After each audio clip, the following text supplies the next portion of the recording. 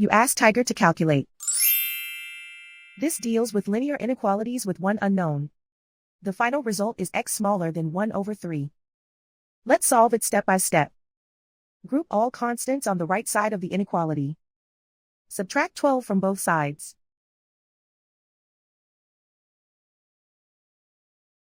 Simplify the arithmetic.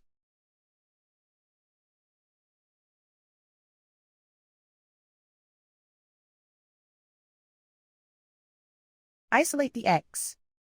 Divide both sides by 3.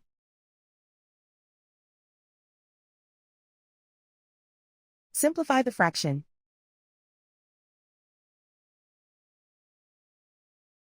Plot the solution on a coordinate grid. And so the final result is x smaller than 1 over 3.